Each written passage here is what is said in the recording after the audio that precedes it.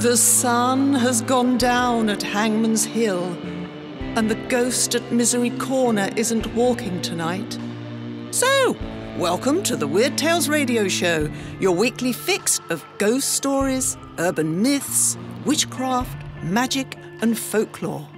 And now, here's your host, writer, award-winning journalist, best-selling author, and sometime werewolf hunter, Charles Christian.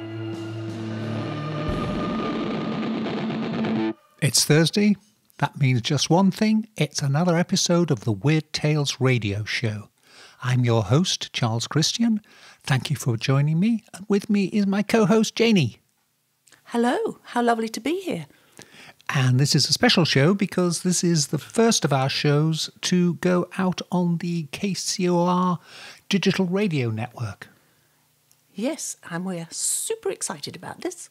Well, we are, because we are now reaching a huge new audience.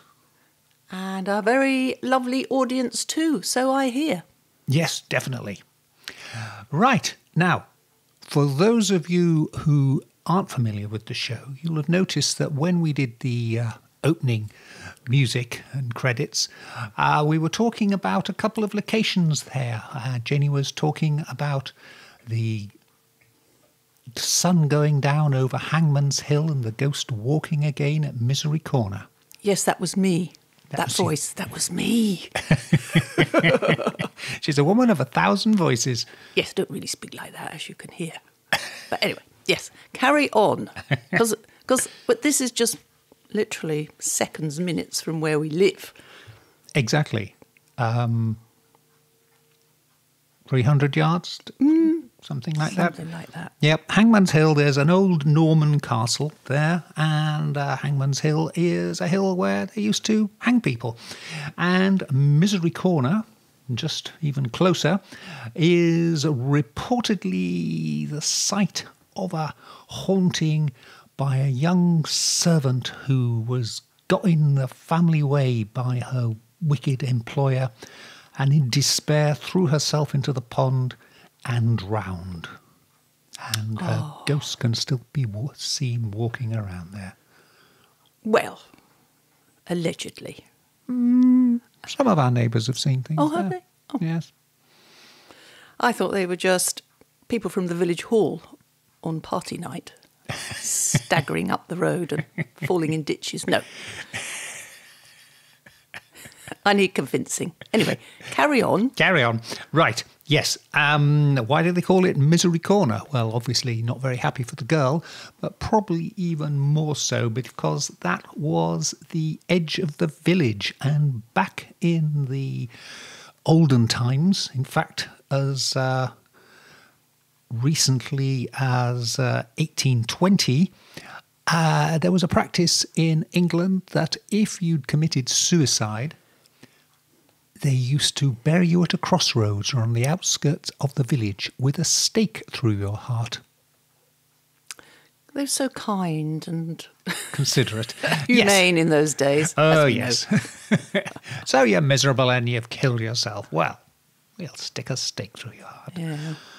Make the family feel even better. Anyway, moving on. Moving swiftly on. We are going to be speaking to Janie again very shortly when we're looking at a book of spells I found. But until then, on with the show. And for our interview this week, we're talking to Sara Tantlinger. She is a writer and poet, and she's got a new book out called The Devil's Dreamland, and it's about the American serial killer H.H. Holmes, who has the credit of being America's first known serial killer. However, Sarah's decided to write the book in the form of poetry rather than a straight narrative. She'll be talking about that and various other topics right now. And it's my great pleasure to be talking to Sara Tantlinger. We're going to be talking initially about The Devil's Dreamland, poetry inspired by H.H. Holmes. Now, for the benefit of people who aren't familiar with H. Holmes, give us a little bit of background about him. Sure. So H. Holmes was actually born under the name Herman Webster Mudgett in the 1860s. He actually had quite a few different names that he went by, but H. Holmes was the one that stuck the most, that people became familiar the most. And that was when he was in Chicago, mostly working as a con man and then eventually a serial killer. He's kind of America's first known serial killer. Mm-hmm. There were probably others before him, but we just didn't really know about them. Yeah. He's kind of infamous for building the murder castle in Chicago, which was this crazy structural nightmare for the other people of Chicago. It had a drugstore in it. It had different shops in it. And then, of course, it had what is thought to be where he murdered many people, mostly women. He was really mostly a con man first and foremost. The murders really kind of came because people were in his way and he wanted their money. He wasn't really someone that was killing just for the fun of killing, which kind of makes him interesting. He also did complete his medical degree, which makes him interesting for a serial killer too, since it's not often that serial killers actually completed their school, especially getting a medical degree. So that's about H. Holmes in a nutshell. What attracted you to writing a book or being inspired to write a book of poetry about him? So I had watched a documentary on Netflix about Holmes a few years ago. I was just really interested in kind of getting to study his psychological reasonings a bit, which was really hard to do because the research on him is just all over the place. But I just kept thinking about how interesting it would be to do historical horror with what he did. And there's just so much fodder there, a murder castle in Chicago. It's just a horror writer's kind of dream to play around with that.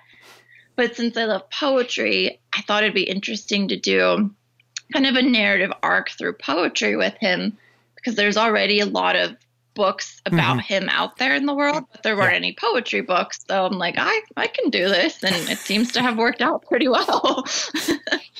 Yes, indeed. Well, I mean, as you say, with some subjects, there are so many books out there, it's very hard to write about them in a fresh way. But taking the poetry perspective, and it's a mixture of sort of blank verse and rhyming verse, isn't it? Yeah, I don't rhyme very often, but I wanted to try that a little bit more in this collection. I don't know. I like reading rhyming poetry, but I think it's incredibly hard to write without it sounding like Dr. Seuss or kind of gimmicky. So yes, I wanted to explore that a little bit. Yes. It's intriguing with Holmes, because obviously when anybody mentions the name Holmes at the end of the 19th century, over here we think of Sherlock Holmes. And it's interesting that the first Sherlock Holmes novel was 1887, and that was almost exactly the same time that H. Holmes was creating his alter ego. You sort of wonder whether he was influenced by that or... Yeah, I did read, someone did have a theory about that, and I was really interested in that because I love Sherlock Holmes too, but I couldn't find any supporting research to correlate that. I think Holmes chose that name because it was just a common surname at the time too.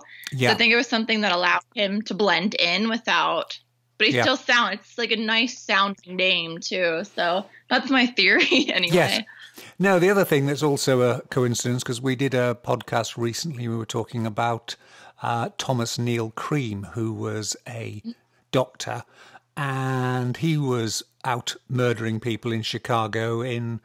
he was convicted in 1880, and he was generally thought he bribed his way out of prison a few years later before he went on to London and became known as the Lambeth Poisoner, and was subsequently executed. But I say he was a doctor, proper doctor, and a serial killer as well, in the sense he killed at least 10 people. So it's fascinating Chicago Yeah. at that time. You don't want to be ill in Chicago in the 1880s. No, absolutely not. It was a really frightening place. Just like kind of like London around that time period too. They had Jack the Ripper going on around the same time as Holmes. So Yeah. it Yeah. was, Well, I mean, dark times. well, exactly. And supposedly Dr. Cream's last words as the trapdoor opened under him, on the gallows, was, "I am Jack the," and then it was cut off. And they say there is a theory that he could, the timelines as such, he could theoretically have been Jack the Ripper. So Very interesting. Yeah. is there anything left of the murder castle in Chicago? No, or- it is now. There's a little tiny post office where the murder castle was. So I would not want to work in that post office. Yes. But they do. One of the guys who wrote, Adam Seltzer, he wrote a lot of good research on Holmes. I think he's one of the people in Chicago that does lead a Devil in the White City tour, and they do take you around Chicago to kind of show you where Holmes' old haunts were. So that's something I really need to do at some point. Yes. But it's very interesting. Yeah. Are you based in Chicago? No, I'm in Pittsburgh, in Pennsylvania. Right. So a couple Right. No, hours away. Yeah. No, I just wondered whether it was, sort of somewhere you knew and were familiar with, which is why, you had that would have made it easier. But no, but it was fun to kind of research Chicago at that time period because there's just so much going on. It was really, really crazy. Yeah. How did Holmes eventually get caught? So he conned a lot of kind of prolific people, lawyers, the bank and things. So they started sending debt collectors and lawyers after him. And some of the parents of the murdered women were starting to kind of come to Chicago and look for some clues because they hadn't heard from their daughters and sisters for so long. So he felt really pressurized and decided to flee Chicago. And it's a really long, complicated scenario, but he basically kidnapped some children that were the children of kind of his confidant, Benjamin Peitzel. And eventually he did take the children across kind of a tour of America, and he did murder them. And at some point, the detectives did come across some of the remains of the murdered children. And that is what really got Holmes caught eventually and sent to prison in Philadelphia, where he still tried to claim that he was innocent for a while. But it was after a really long train chase across the states, I think up in Canada too. So it was quite the adventure. One of his confidant, the one whose children he murdered him as well, didn't he? It was going to be, they were going to do a fraud, do an insurance fraud or something, and he decided the simplest thing would be to kill his friend and claim on him. Yeah, and Benjamin Peitzel was really the closest person Holmes ever allowed into his life, probably because he thought Peitzel was kind of dim-witted. He wasn't really much of a threat. But then at that point, I think Holmes he was probably getting there was a lot of pressure going on for him to try and escape. So he tried to fake Peitzel's death by making it look like he drank himself to death and set himself on fire. But of course, it was all Holmes doing this really horrible murder of his only friend. Yes, I did read we'll save the listeners the gory details, but yes, not a pleasant way for Pfeiffer to go. Yeah, right. Do you fancy reading a couple of shortish pieces from The Devil's Dreamland? Absolutely. I'll start with this one. It's called Inaugural Dismemberment. It's kind of based more at the beginning of his life, like his childhood. Mm-hmm. Okay. Inaugural Dismemberment. Salamanders and frogs at first, blinking amphibian eyes, slow, weary. Before he scoops them up, strokes slender bodies, slices through soft bellies. Rabbits, stray cats, hungry dogs, too slow, too trusting before his young hands wrap around in a stranglehold, dissecting the living until they live no more, learning how to disable life without completely killing it. He does not know this yet, but it won't be much different later when he replaces animals with human bodies, when he arranges a woman on his slab instead of a yowling cat in the family cellar. How the women will fight, aim to scratch out his eyes. He does not know yet how animals won't haunt him, won't come back when he steals paws as keepsakes. But the women, whose clothes he will someday keep hanging like slim ghosts from his closet, will come back when he weaves his dreamland, will come back blinking slow amphibian blackness in the place of their own dead eyes. I think you touch on his childhood. I think one of the things I read was that unlike a lot of serial killers, he doesn't appear to have had an abusive parents or anything and just was born that way. Is that? A lot of debate on that because some of the research points that he may have had a really peaceful childhood, and then some of it contradicts that and says his father may have been a bit abusive. It is really hard to know what the truth is because he was such a good pathological liar. Mm-hmm. So all the research I read pretty much contradicted each other. So I just kind of had to create my own version at some point in between it all. Yeah. And isn't there a tale that he may have pushed one of his school friends on a crumbling building or done something like that? But again, yes, it may well have been him making it up later. But yeah, it's really hard to know. But there is definitely a pretty cited story that he was playing with a school friend, his children, and the friend died, fell through like a crumbling roof somehow. In my version, I, of course, made him push the friend in the poem. But again, that's another one where it's like, did the friend just fall through and die, or did he push him? Yeah. Because also there seems to be some equally debate on how many people he actually was responsible for killing. And some of the stories say it was a couple of hundred, and others say it was maybe 20 or 30. What's your take on the numbers, given that he also, as you say, is an inveterate liar and would appear to have glamorized his activities as well when he realized he was going to die? Because he managed to sell his memoirs to a paper or something, didn't he?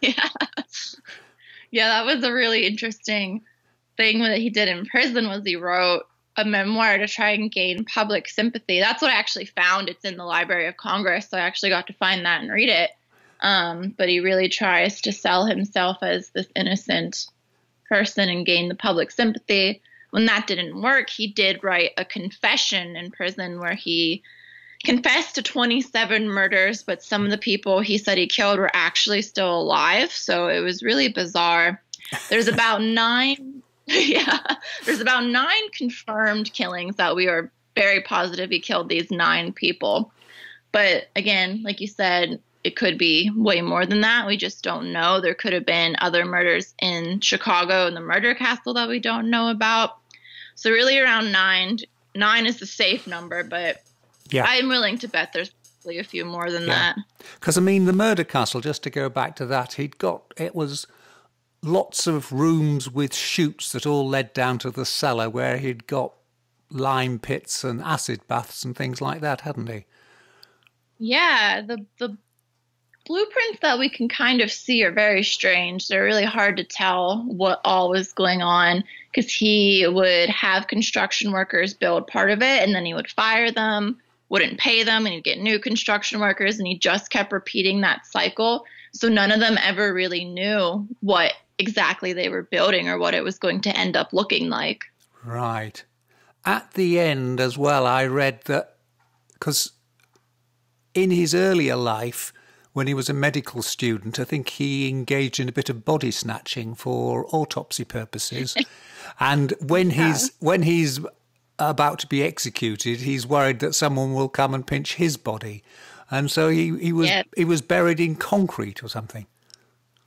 Yeah. Yeah, body snatching was kind of common at the time, which I researched a bit too, which was really bizarre. Well, that's how they would practice. Yeah, because, I mean, you hear of Burke and Hare, the famous, infamous Scottish body snatchers, and they were sort of the early 18th century, and this is almost 200 years later, and they're still doing it. Yeah. But yeah, really, yeah, it's quite something. But yeah, he was terrified that grave robbers would come, like, mess with him. He was also afraid of the people who wanted to study his brain. So he made sure his lawyers buried him, put concrete over the casket, and buried him deep so they couldn't come and break through and take his brain, essentially. Yet he was dug up relatively recently for some DNA tests or something, and they found that he was still quite well preserved. Yeah, that's actually kind of the last poem in my book talks about that, how he was excavated in 2017. And because one of his relatives wanted to find out if he was, like, actually related to Holmes, so they did that testing.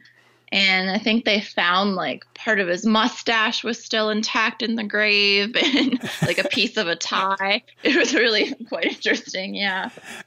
Yeah. Do you want to read another piece? Sure. From the collection? I'll actually read that one about him being excavated in 2017. So it is called Unblessed Excavation. 121 years I have slumbered beneath a gritty dirt and concrete mixture, intended to shield my body from the desecration of grave robbers and greedy scientists, hungering for my brain, my heart. 121 years I have allowed my bones to root into earth, but along came the tapping, gentle at first, enough to waken me, enough for empty eye sockets to peel away grime. Try and witness who has come tapping at my concrete door.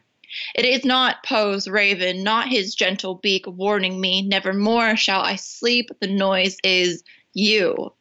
My fingers stretch, just bone now, crunching, popping, aching, and you should have let me sleep, should not have let the devil dream inside his concrete prison.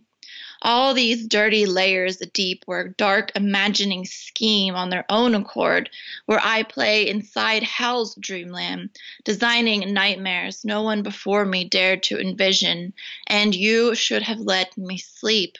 I taste exhumation on my tongue as avaricious hands steal my skull, unearth the tatters of my necktie, the remains of my mustache, half alive in the dirt as if waiting. I do not care for the way excavation tastes, how it presses heavily on my tongue, teeth doing all the work, scraping away the bottom lip of this mouth, my greatest ally, my words, my charm, the way a delicious falsehood forms. If I am to awaken, then I must taste again the chloroformed flavors of dead girls in my arms, must feel the moment when warmth leaves a body replaced by a stiff chill. The tapping turns to bombs, shattering concrete, bursting dirt, disemboweling my old pine coffin to dust, hands reaching, caressing my skull, unaware of awakened hunger. You whisper that you want to know me, but didn't anyone ever tell you that when the devil dreams, you best leave him alone as he thinks of souls to reap? Your skin, so fair, so warm, you should have let me sleep. Thank you. That's lovely. Well, it's not lovely. It's no, wrong word there. That's horrible. Not the reading, I hasten to add. Yes. So the Devil's Dreamland, that's out from Strange House Publishers, is it? Strange. Yep. Yeah. And is it available on Amazon? Yes, it's on Amazon. Yeah, it's the simplest way for people to find it if they're not local. Yep. And you mentioned believe you've got a novella coming out, a fiction work. Can you tell us a bit more about that? I'm very excited. I'm also very nervous too, since it's like my biggest piece of prose that's coming out yet. Since I've just had mostly poetry before and a couple of short stories. But it's called To Be Devoured, and it'll be out with Unnerving on July 29th. It's it's interesting. It's very vicious.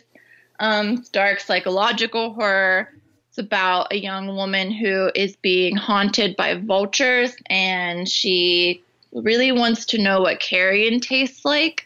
So she's trying to deal with all these feelings. She's seeing her therapist about it. Her girlfriend's really trying to help her too, but she keeps pushing everyone away with her obsession with the vultures and with carrion. So, and then, yeah, it just kind of goes from there. Yes, I'm taking it doesn't have a happy ending. It doesn't end well. No. Which does obviously lead the question is, what is your attraction to dark fantasy and horror as a genre for writing about? You know, did you live in a haunted house as a child, or? No, I do live on a house in the woods though, so I have a pretty good ambience working for me. Ah, right. But, yeah. Yeah. Well, like many other horror writers, I was very heavily influenced by Poe when I was in middle school and just kept kind of building from there. When I was actually in elementary school, I was obsessed with the Goosebumps books with R.L. Stine. Mm-hmm. So that just kind of went up to Stephen King eventually too. And I just liked reading it so much. And I was like, I want to write something like this too. I love being able to just unsettle readers. I think horror really is a good genre for pushing yourself and pushing your boundaries. So it can be cathartic at times, but it can also really make you aware of yourself in ways that you didn't know about before. So just kind of that, continual analyzing yourself and your own fears, and then societal fears too play into horror so much. So it just kind of combines all these interesting things that I really like. And for me, it's just always allowed me to test my limits as a writer too. Like, how far can I push this? How much can I grow as a writer when I write horror? Mm-hmm.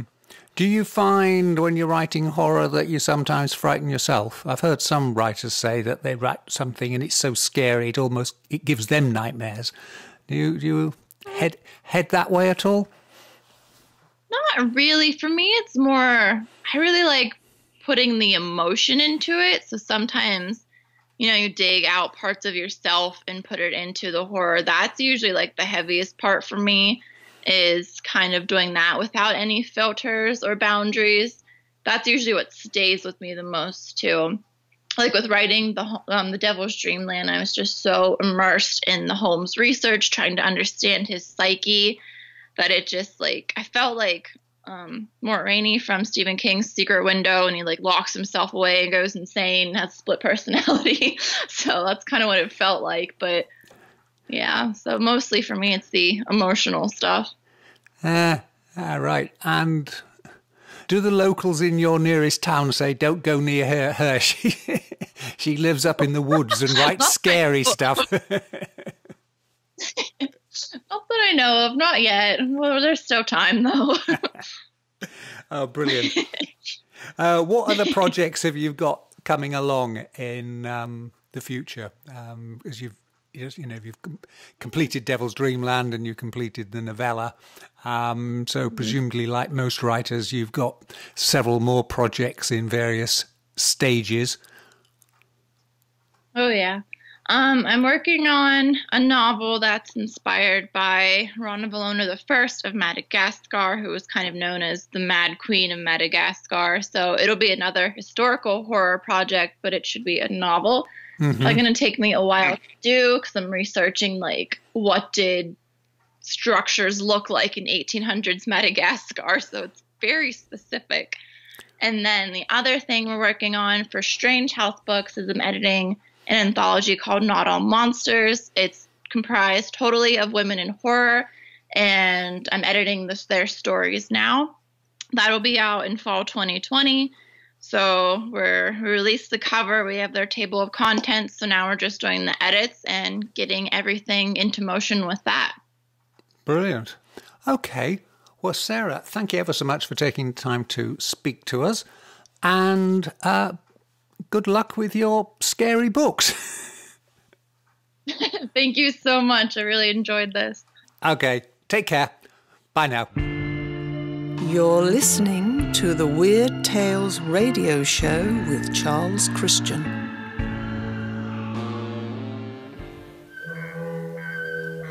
Something wicked this way comes.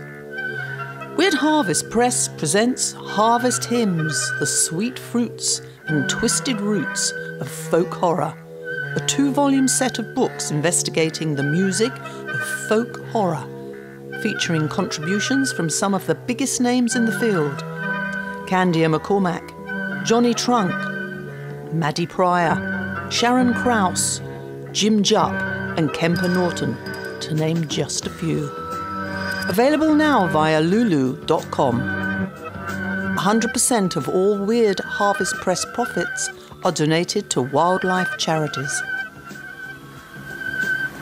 Welcome, fool. You have come of your own free will to the appointed place. It is time to keep your appointment with the Wicker Man. The Wicker Man.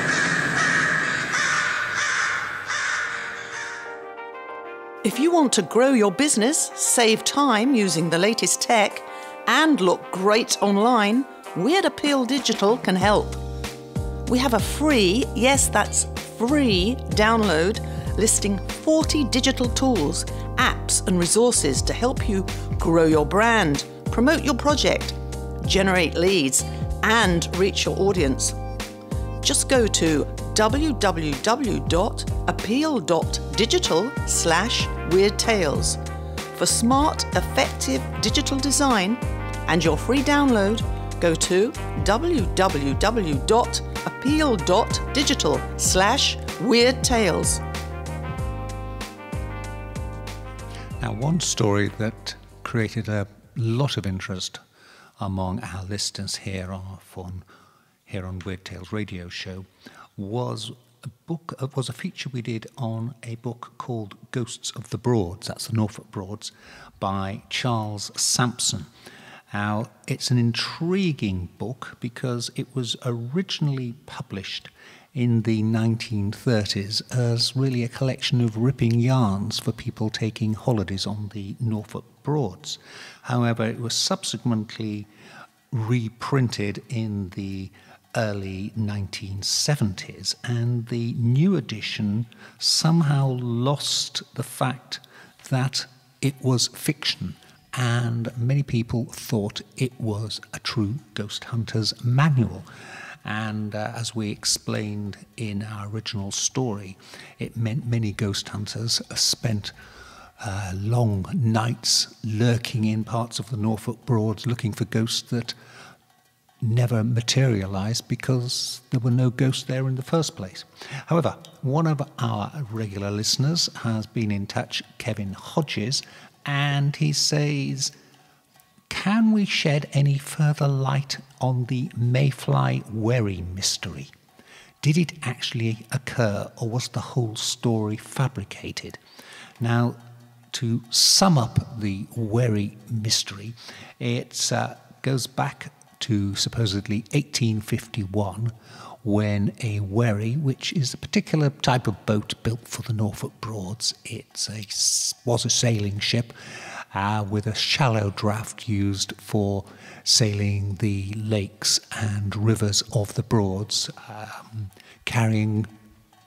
transporting cargoes of various forms, coal, grain, whatever.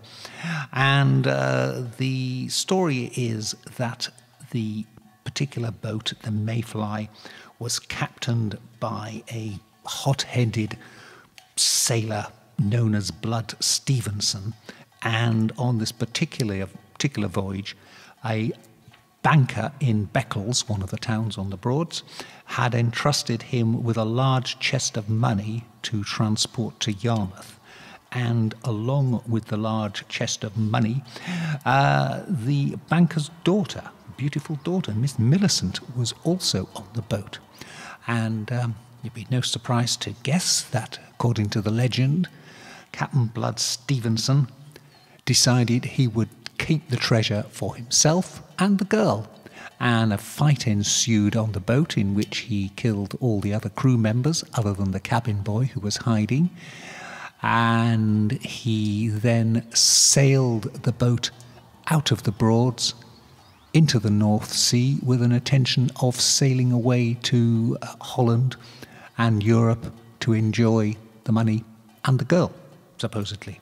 However, a further fight ensued in which both the girl and the captain successfully managed to kill each other, simultaneously stabbing each other. The cabin boy jumped ship into a dinghy and was subsequently discovered floating in the boat off the town of Plymouth and eventually recovered.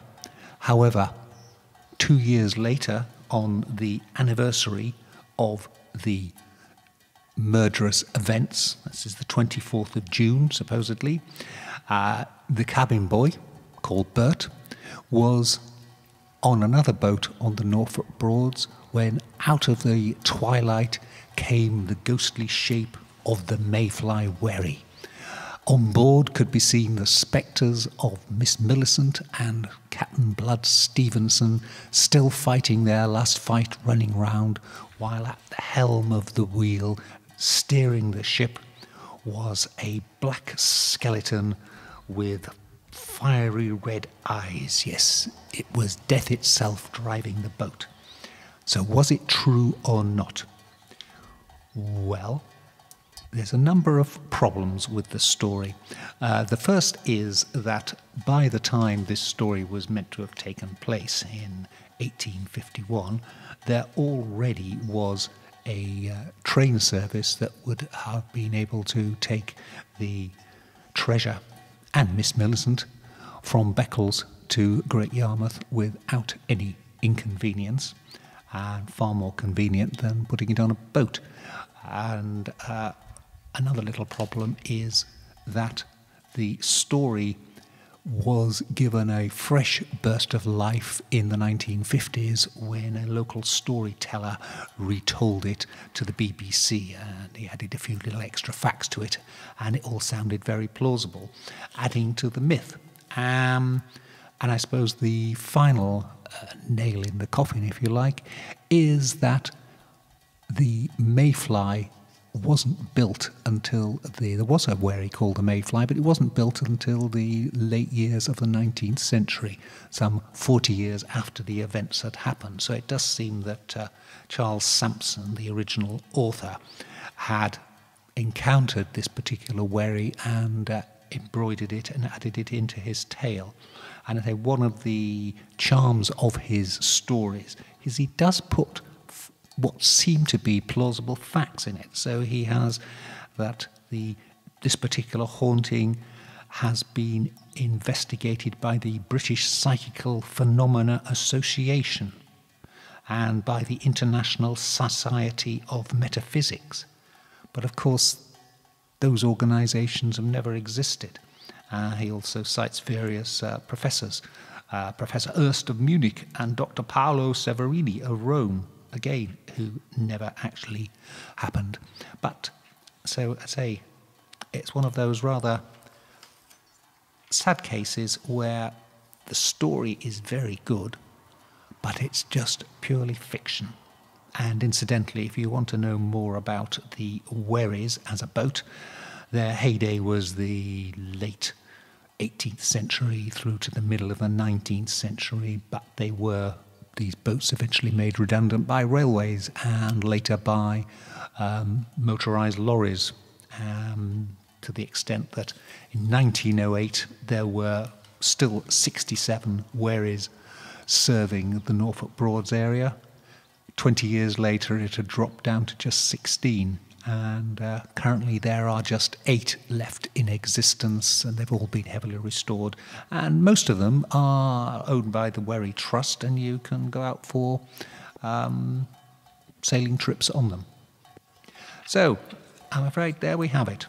When it comes to the tale of the Mayfly, the ghostly wherry of the Norfolk Broads, it, like all the other stories in Charles Sampson's Ghosts of the Broads, is pure fiction.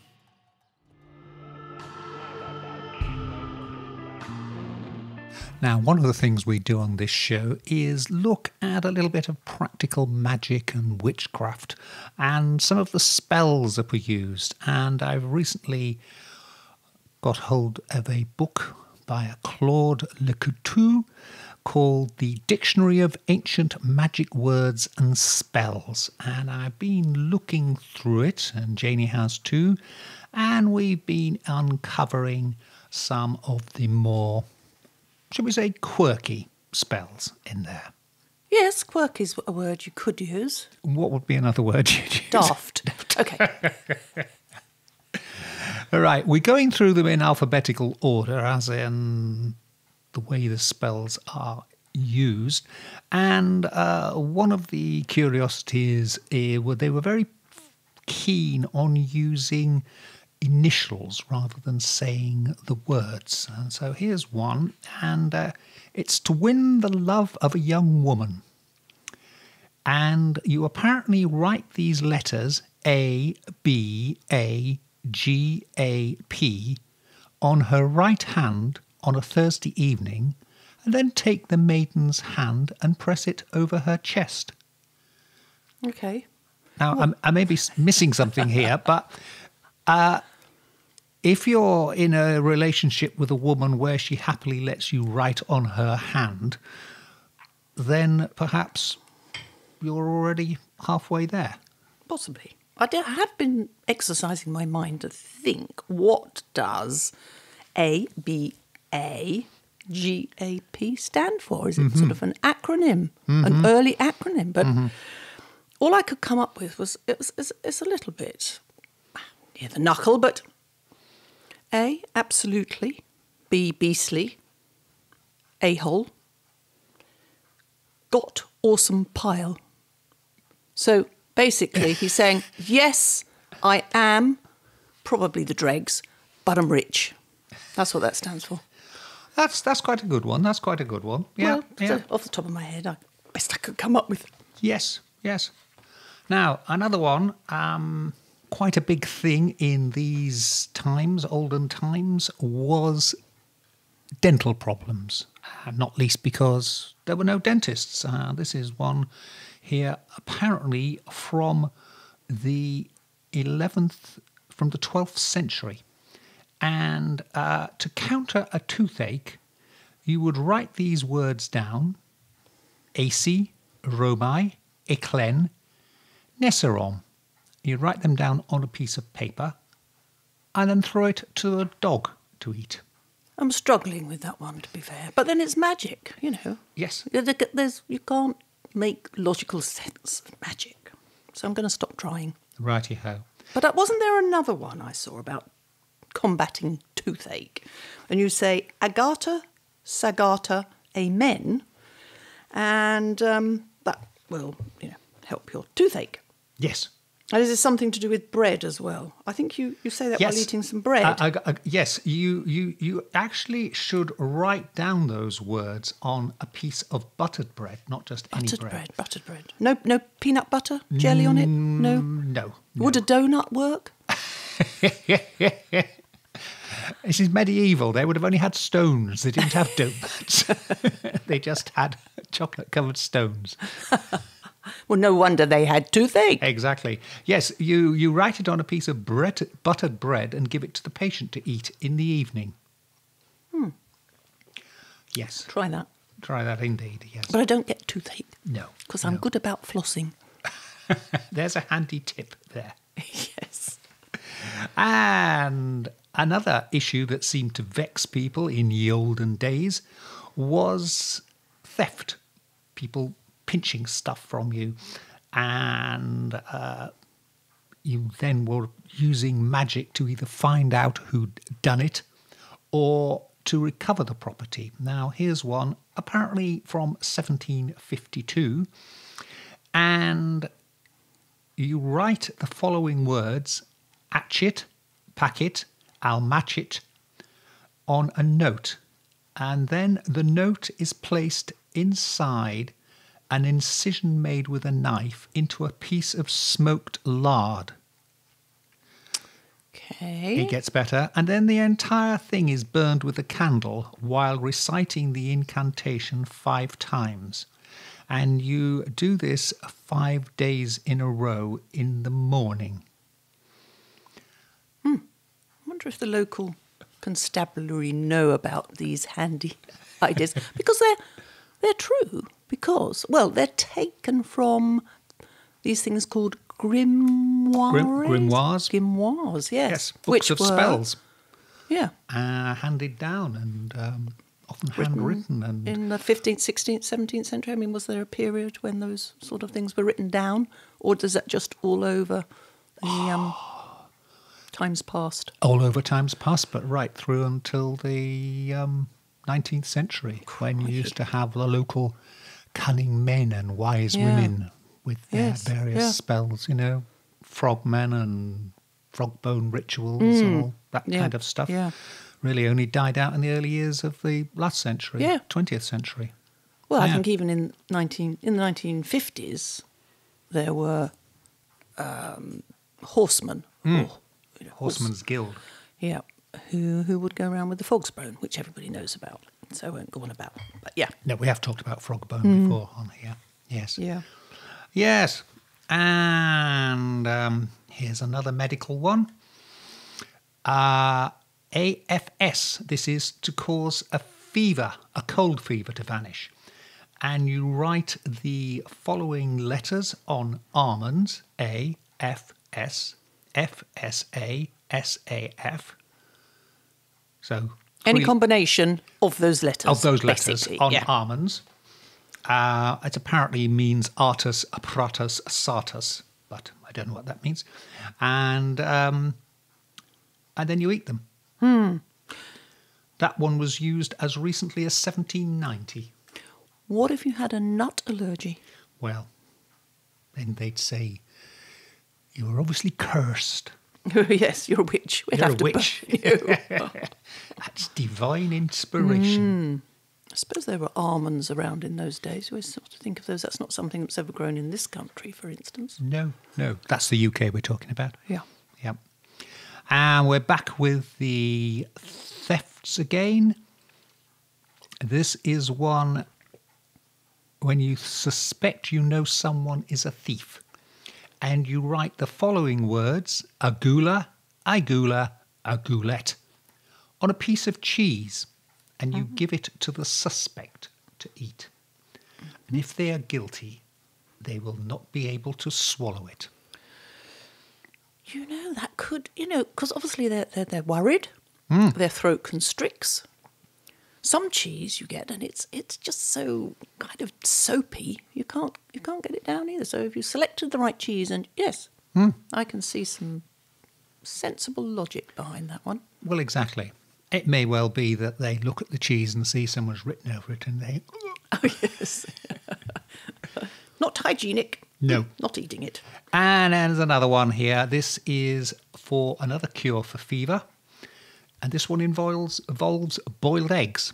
And you write aha, mahai, froha. You write them on a shelled hard-boiled egg, which then has to be eaten in 3 mouthfuls.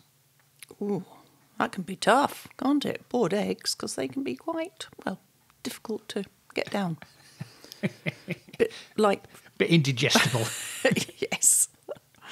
Trying to eat those crackers. No, what were they called? Those sort of... Oh, it's the competition, is it? Yes, how many cream crackers? Cream crackers, that's right. How many can you eat in a minute? Yeah, but I don't suppose they had cream crackers in those days. So. No. Fire. Big issue in the olden days with thatch roofs and wooden houses everywhere. This is one where you think, wouldn't it be easy to just get water? It says, to put out a conflagration, write these words on a piece of lead and toss it into the fire. And the words are Anaran, Imaran, Notan, Amior, Nator, Amior, Natan, Amiorant, Emanuron, Nator, Notan. Well, to be fair, they would have had a long time to wait for the fire engine, wouldn't they? Because About 300 years. Yes. Had to be invented. Yes.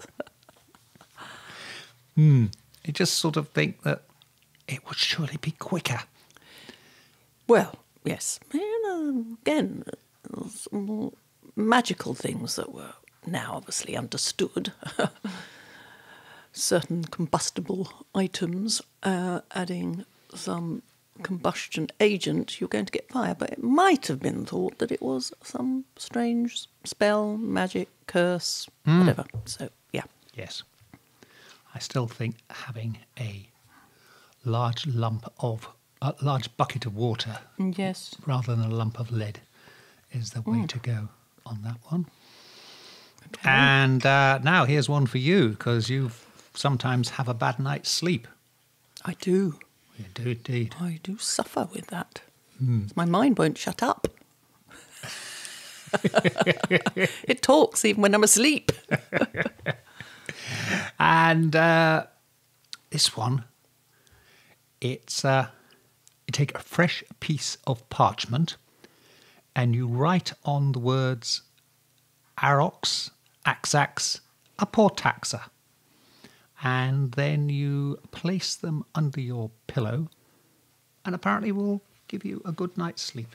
Oh, right. Well, I'm writing this down, obviously. Give it a go.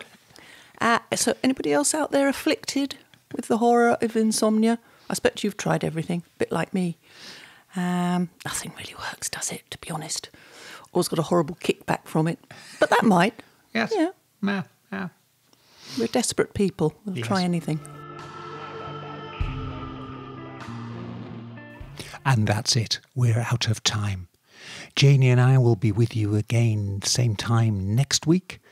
But until then, thank you very much for joining us here on the Weird Tales radio show. We much appreciate it. Hope you enjoyed it. Hope you'll join us again. And here's a final thought from the English writer and comedian Spike Milligan. Things that go bump in the night should not really give one a fright. It's the hole in each ear that lets in the fear, that and the absence of light. Stay well, stay weird. Good night. Black Shuck, the demon dog of East Anglia, is baying at the moon, which means it's time for us to go. You've been listening to the Weird Tales radio show with Charles Christian, your weekly fix of ghost stories, urban myths, witchcraft, magic and folklore. You can keep in touch with us online at www.weirdtalesradio.com, by email to weirdtales@icloud.com, and on Twitter @urbanfantasist. Join us again next week for another edition of the Weird Tales radio show. Good night. This podcast is a part of Straight Up Strange Productions. Discover more shows like this one at straightupstrange.com.